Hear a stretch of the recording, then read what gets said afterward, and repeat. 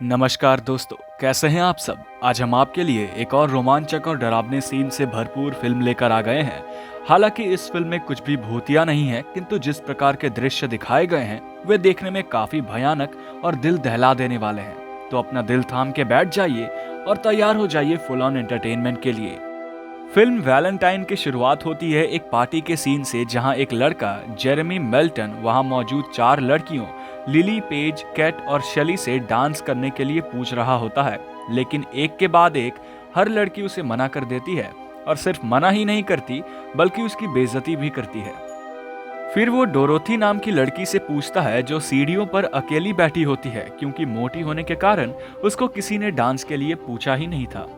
Dorothy हाँ कर देती है और थोड़ी देर बाद वे दोनों सीढ़ियों के नीचे बनी जगह पर किस करते हुए दिखते हैं। तभी वहां कुछ बदमाश बच्चे आ जाते हैं और उन दोनों को चिढ़ाने लगते हैं। तब डोरोथी जेरेमी पर छेड़छाड़ का आरोप लगा देती है। जेरेमी बेचारा उसका मुंह ताकता रह जाता है, लेकिन इससे पहले कि वो अपनी सफाई में कुछ कहे, वे बदमाश जेरेमी के कपड़े फाड़कर उसे नेकेड कर देते हैं। बिना कपड़ों के उतने सारे लोगों के सामने पार्टी में वो शर्मिंदा हो जाता है और उसे कुछ ठीक नहीं लगता और जेरेमी के नाक से खून आने लगता है। इस घटना को एक लड़का जिसने मुखौटा पहना होता है वो देख रहा होता है। मूवी में आगे सीधा 13 साल बाद की कहानी बताई गई है। यहाँ शेली एक बार में जेसन नाम के लड़के के साथ डेट पर आई होती है, लेकिन साफ साफ ये दिख रहा होता है कि शेली को जेसन बिल्कुल भी पसंद नहीं आ रहा है। शेली वहां से निकलकर वापस अपने घर आ जाती है, जहां वो अपनी डॉक्टर की फाइनल एग्जाम्स के लिए एक मुर्दे पर प्रैक्टिस कर रही होती है। तभी उसे कुछ सामान गिरने की आवाज आती है। वो अपने हाथ में चाकू लेकर उस आवाज के पीछे भागती है। तभी अचानक वहां उसका क्लासमेट आ जाता है, जिसे देख वो पहले तो डरती है, लेकिन फिर बाद में चैन की सांस लेती है।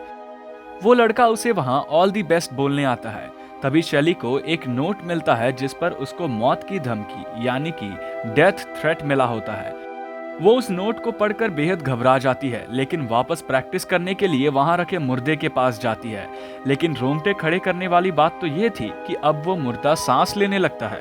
शेली की तो हालत ही खराब हो जाती है, लेकिन पता ये चलता है कि उस मुर्दे की जगह कोई असली इंसान वहां लेटा था, जो अब शेली को मारने उसके पीछे जाता है। उस इंसान ने ठीक वैसा ही मास्क पहने रखा था जैसे कि उस दिन पार्टी में सब कुछ देखने वाले लड़के ने पहना था।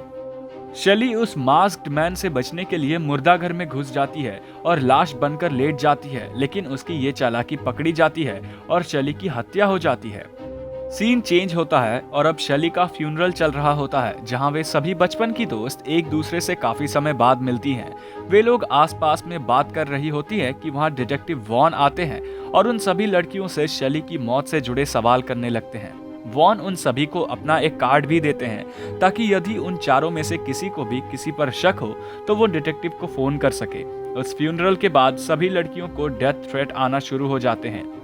डोरोथी को एक खत मिलता है जिसमें लिखा होता है कि मैं तुम्हारी इतनी बुरी हालत करूंगी कि तुम्हें पहचानना भी मुश्किल हो जाएगा। तभी उसके घर की बेल बजती है और वहां कैम्पबेल नाम का एक लड़का आता है। क्योंकि कैम्पबेल के साथ हॉस्टल में रहने वाला शख्स बाहर गया हुआ था, इसलिए उसके पास रहने की जगह नहीं थी। इसी सिलसिले में कैम्पबेल डोरोथी से मदद मांगता है। डोरोथी उसकी परिस्थिति समझती है और कैम्पबेल को अपने घर में पनाह देती है। वहीं दूसरी ओर कैट नहा रही होती है और उसके घर में अचानक पानी आना बंद हो जाता है। फिर उसे लिफ्ट के बार बार खुलने और बंद होने की आवाज आती है। वो जाकर देखती है तो उसे दिखता है कि एक क्रीपी मास्क उधर पड़ा हुआ है, और वो मास्क और किसी का नहीं बल्कि उसी मास्क्ड मैन का था। लिली और पेज एक साथ होते हैं। तभी उन्हें एक चॉकलेट का डब्बा मिलता है, जिसे लिली खाती है तो उन चॉकलेट्स में कीड़े लगे होते हैं। गौर करने वाली बात यह थी कि उन सभी को JM के नाम से ये सभी खत और थ्रेट्स मिल रहे होते हैं। सीन चेंज हो जाता है और अब वे सभी लड़कियां एक कल्चरल इवेंट में मिलती हैं। उस दिन वे सभी आपस में बात करती हैं और सभी लड़कियों का शक एक ही शख्स के ऊपर जाता है, जेरेमी मिल्टन, वही लड़का जिसका उन सभी ने मजाक उड़ाया था। उस इवेंट में ब्लाइंड डेट रखी जाती है, जिसके चलते लिली को छोड़कर बाकी सभी लड़कियां अपना पार्टनर ढूंढ रही होती हैं।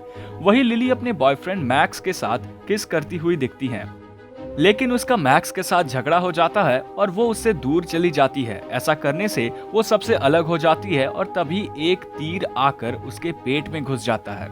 उसको मारने वाला और कोई नहीं बल्कि वही मास्क्ड मैन था।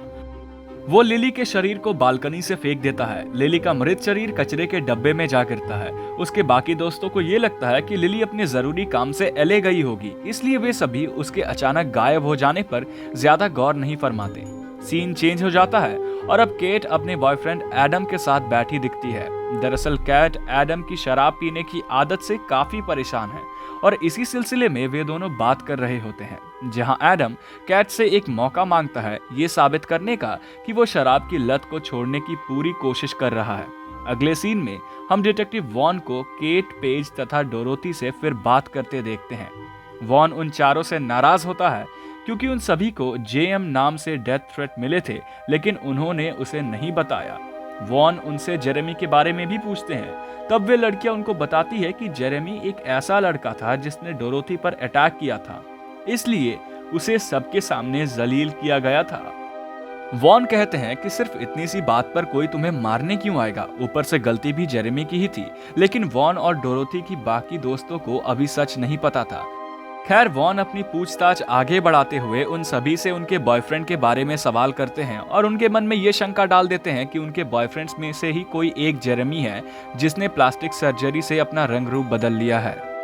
वॉन वहां से चला जाता है। तब डोरोथी अपनी सहेलियों को सब सच बताती है कि कैसे उसने जेरेमी पे झूठा इल्जाम लगाया था। वे लड़कियां फिर अगले दिन वॉन को जाकर सच बता देती है। वॉन उनको चौकन्ना रहने को कहता है। अब वैलेंटाइंस डे आ जाता है। हर तरफ प्यार का खुशनुमा माहौल है। डोरोथी के घर पर वैलेंटाइंस डे की पार्टी आयोजित करवाई जा रही है। डोरोथी अपने बॉयफ्रेंड कैम्पबेल के साथ समय बिताती नजर आती है, लेकिन कुछ काम आ जाने के कारण कैम्पबेल वहां से चला जाता है और डोरोथी से वादा करता है कि वो पार्टी शुरू होने से पहले ही वापस आ जाएगा।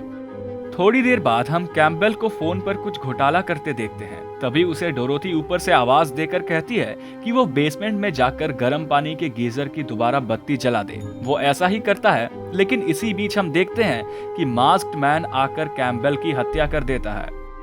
पार्टी शुरू हो गई है और अब कैम्पबेल का कोई अता पता नहीं है। डोरोथी काफी मायूस हो जाती है क्योंकि वैलेंटाइंस के दिन भी उसे अकेले ही रहना पड़ता है, जबकि उसके पार्टनर को वहां मौजूद होना चाहिए था।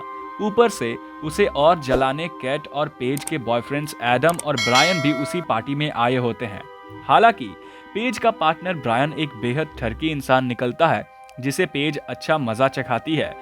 पेज फिर हॉट टब में नहाने चली जाती है, लेकिन बेचारी पेज को ये नहीं पता था कि वो सिर्फ एक मामूली सा हॉट टब नहीं था, उसकी मौत का कुआं बनने वाला था। पेज अपनी में नहा रही होती है कि वहां अचानक उसे कुछ गिरने की आवाज आती है। वो बाहर आकर देखती है तो वो मास्क्ड मैन उसके पीछे से आकर उसे उसी हॉट टब में फेंक देता है और ऊपर से उसको कांच के बने शीशे से ढक देता है ताकि वो बाहर ना निकल पाए। फिर वो क्रूर इंसान ड्रिल मशीन लेकर पेज पर हमला करने लगता है, जिससे पेज के हाथ में लग जाती है और आखिरी में वो उस चलती हुई ड्रिल मशीन को पानी में फेंक देता है, जिससे कि पेज को जोर का झटका लगता है और वो वहीं अपना दम तोड़ देती है। दोस्तों, गौर करने वाली बात तो ये थी कि जब भी मास्क्ड मैन किसी का मर्डर करता था, तब उसके मुखौटे में बने नाक के छेद से खून टपकने लगता था। वहीं दूसरी ओर उसी पार्टी में मैक्स भी आता है और वो केट को बताता है कि लिली का कुछ अता पता नहीं है। केट उससे कहती है कि लिली शायद अपने एलए वाले ऑफिस में होगी, लेकिन ये सुनकर मैक्स मना कर देता है क्योंकि उसने वहां कॉल करके संपर्क करने की कोशिश करी थी। केट को अब चिंता होने लगती है और वो इस बारे में डोरोथी को बताती है। इसी बीच हम देखते हैं कि वो मास्क मैन एक के बाद एक मर्डर किए जा रहा था, किसी का कोई खबर तक नहीं था। सीन चेंज होता है और अब केट एडम को पार्टी में शराब पीते हुए पकड़ लेती है। वो बहुत ज्यादा गुस्सा हो जाती है और डोरोथी से पेज के बारे में पूछती है। क्योंकि पेज की मृत्यु इलेक्ट्रिक शॉक लगने के कारण हुई थी, इसलिए पूरे घर की वायरिंग हिल जाती है और लाइट्स बंद हो जाते हैं। इसी बीच डिटेक्टिव वॉन का केट के पास फोन आता है और वो उससे कहता है कि सतर्क रहो क्योंकि तुम्हारी पार्टी में वो सीरियल किलर हो सकता है। सब साथ में रहना, मैं वहां पहुंच रहा हूं। अगले सीन में डोरोथी और केट के बीच एक बहस हो जाती है। डोरोथी को लगता है कि एडम ही जेरेमी है तथा केट को लगता है कि कैम्पबेल ही जेरेमी है। दोनों को एक दूसरे के बॉयफ्रेंड के ऊपर शक होता है। तभी डोरोथी वहां से रोती हुई चली जाती है। तब केट देखती है कि पूरा घर खाली हो चुका है और अब वो अपने फोन से वॉन को कॉल करती है। लेकिन ये क्या, वॉन के फोन की घंटी तो बाहर गार्डन से ही आ रही होती है। केट उस घंटी को फॉलो करती है और उसे पता चलता है कि वॉन की भी हत्या कर दी गई है। लेकिन हैरान कर देने वाली बात तो ये थी कि वॉन के शरीर के नजदीक केट को एक कागज मिलती है जो कि केट ने एडम को दिया था। अब केट का शक एडम की ओर जाता है और वो अपनी बाकी की दोस्तों को बचाने के लिए घर में वापस भागती है। तब उसे एडम मिलता है जो अजीब बर्ताव कर रहा होता है। दरअसल एडम माफी मांग रहा होता है क्योंकि उसने इस पार्टी में शराब पी ली थी। केट उसे माफ करती है लेकिन वो उसे लात मारकर अपनी बाकी के दोस्तों को ढूंढने के लिए भागती है, लेकिन वो वहां पेज की लाश देखती है और इतने में ही एडम उसके सामने आ जाता है। एडम उससे सवाल करता है कि केट ने उसे लात क्यों मारी। केट तब एडम को चेतावनी देती है कि वो उससे दूर रहे और एक कांच की बोतल उसके सर पर मारकर ऊपर कमरे में भाग जाती है। वहां उसे एक गन दिखती है जिसे वो उठा लेती है, लेकिन जैसे ही वो कमरे से बाहर निकलती है वहीं मास्क मैन उधर आ जाता है और उसके हाथ से गन गिर जाती है। मास्क मैन और केट दोनों सीढ़ियों से नीचे गिर जाते हैं। तभी एडम आकर उस मास्क मैन को गोलियों से छल्ली कर देता है। अब उस मास्क के पीछे के चेहरे को देखने का वक्त आ गया था। एडम उस सीरियल किलर का मास्क उतारता है और इस मूवी का सबसे चौंका देने वाला दृश्य सामने आता है। वो सीरियल किलर एक मास्क मैन नहीं बल्कि मास्क्ड वुमेन थी। वो और कोई नहीं बल्कि डोरोथी ही थी। क्यों? आप भी चौंक गए ना? लेकिन दिल थाम के बैठिए क्योंकि मूवी अभी तक खत्म नहीं हुई है। फिल्म में आगे दिखता है कि केट एडम के कंधे पर सर रखकर रो रही होती है और उसका शुक्रिया अदा करती है क्योंकि एडम ने उसकी जान बचाई थी।